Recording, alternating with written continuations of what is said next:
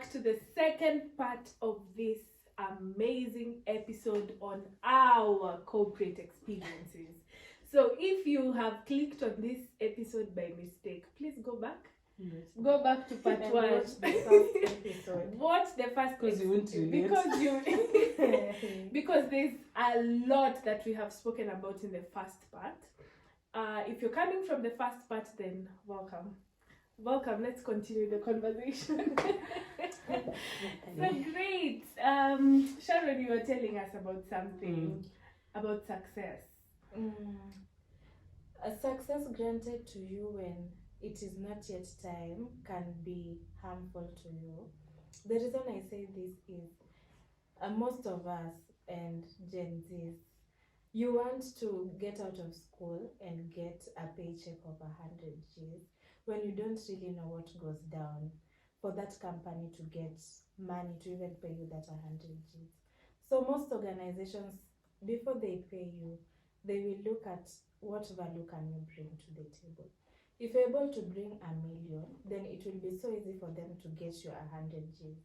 But if the value you're bringing to the company is just 20K, then how do you expect that company to pay you 100 Gs? So before you expect that much money in your account, then you know, as a young person from school, you still need experience. So accept whatever amount you're paying, because even getting out of school, to be able to handle the pressure that person being paid 100 Gs is handling now is impossible. So be patient, learn, develop your skills. You will get to a place where you can earn whatever amount you want. But as a graduate, you need to learn. It's not about what you learned in school. It's not about your grades. It's a whole new life. You start from zero. So payment is not everything in corporate. Is what can you bring to the table? Yeah. I can just shadow on what Sharon has said. That I feel like even for you personally, let's say you make your nails, you can't pay someone a lot of money if they can't deliver what you want. Yeah. Okay, it's just that simple. That in life, even by the way, they don't owe you that money. They don't. Yeah, no one owes you that money. Yeah. You have to work for it. Yeah. That's why someone told me sometime that we are not paid on prepay. We're usually paid on postpay. Like Yeah. you first deliver and then it comes. And then Yeah, it get. they're yeah, not true. picking that money. They're from not a tree picking somewhere. exactly. And Yeah. so why should I pay you a lot of money? Yeah. Why? For nothing? Like that, the why should I? Yeah. Because I think even when you're negotiating your salary, you always have to have content. Like, I want this because of this. You get. You always have to defend your salary.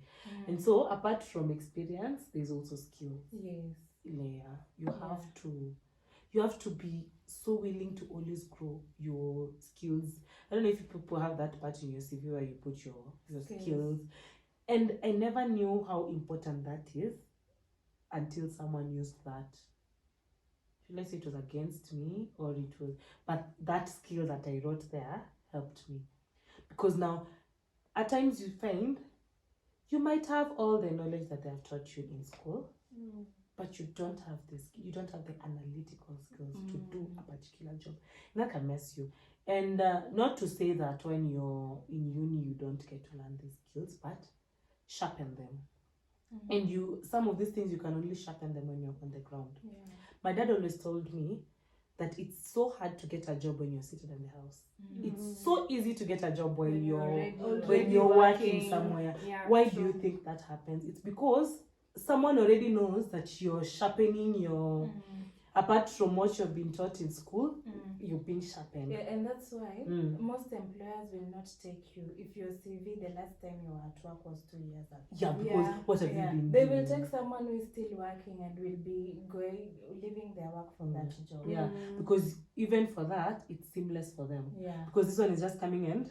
Plug and play. Yeah. Yes. Other Other than than you someone, charge your phone. Yeah. exactly. Other than someone who is coming in, they're looking at you like they don't even know how to cooperate you. You get. And it's not to, let me use the word dharau, as someone who is from school. You know that these people in school, I don't know, we have been with you in the same uni, and we used to have those people who are working And in and uni. then school. Yeah. You know, that person will have that advantage, of course, because they were working. But also these people who are not working, but when you just hear them speak, the eloquence that comes from their mouth, you will think that they will get the first job that they want once they get out.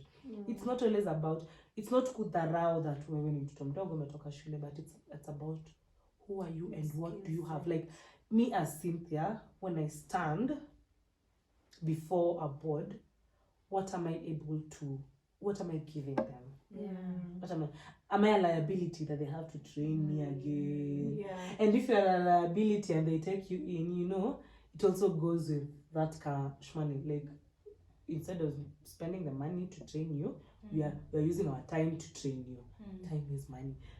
Yeah. True. Literally. And maybe you can be a young person who is listening to this conversation now, and you'd be like, how can I get to the level where an organization can entrust me with the 30,000 or 50,000 that I desire to be paid, or 100,000, you know, or the 600,000 that we are that we are looking forward to. Yeah. So it is in the small steps. Today you will be in a low level, the next time you will move to another level, and even slowly by slowly, just like we spoke about it in part 1, you have to have bits and pieces of what other people are doing in the office space, so that you sharpen your skills, like Cynthia is saying.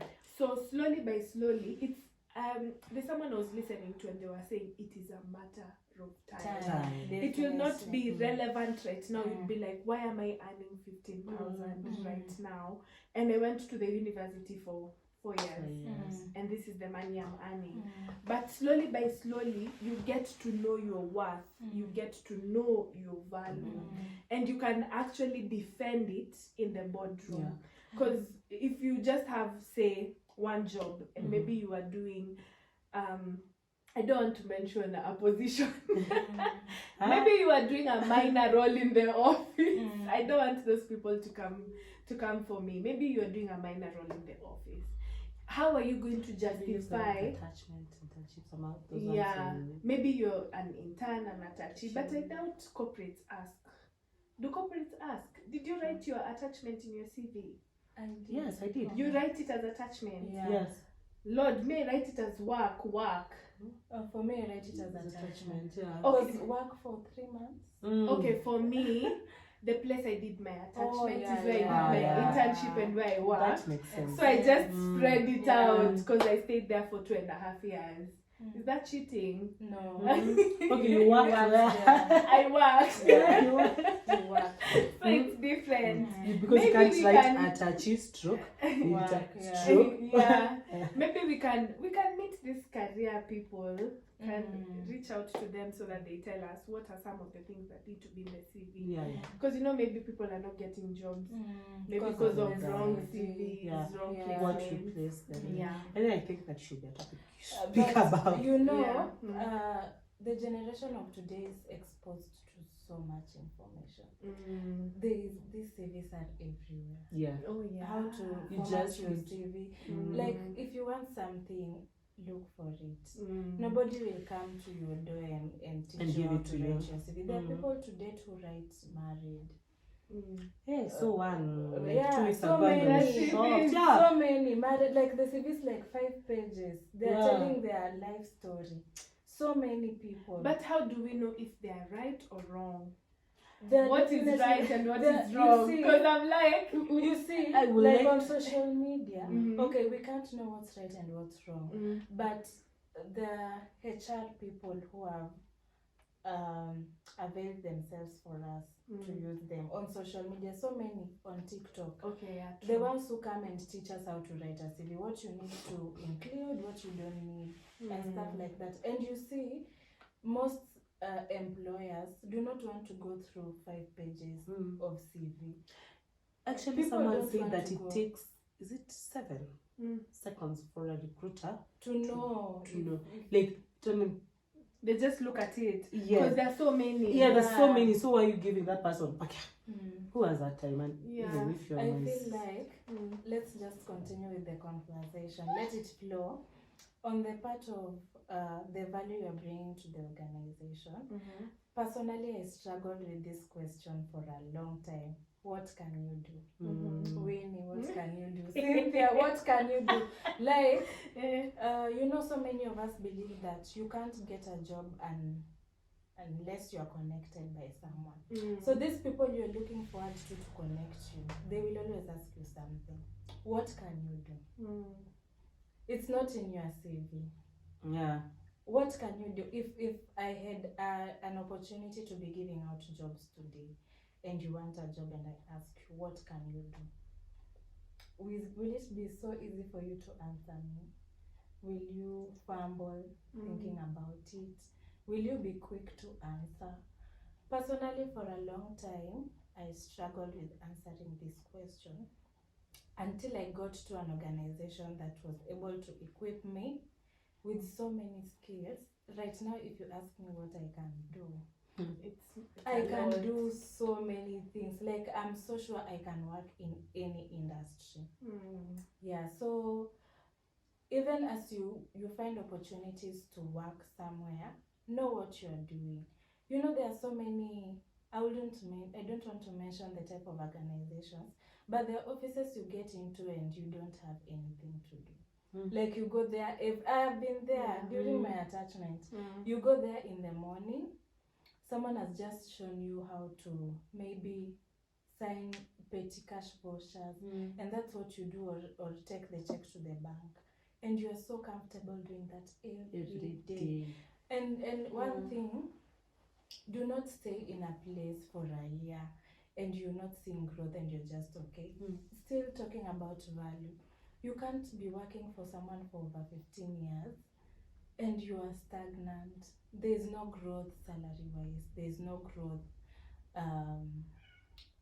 in your level. Like, you haven't been promoted to any level. You need to grow. If you're not growing where you're working, then imagine just leave. You'll get another opportunity. Just walk out. Sharon, I feel like you're right. I also feel like you have to be willing to grow, because you can be somewhere and you're not growing, but what are you doing? Because you see, there are places that will actually equip you. Like the place I'm in right now.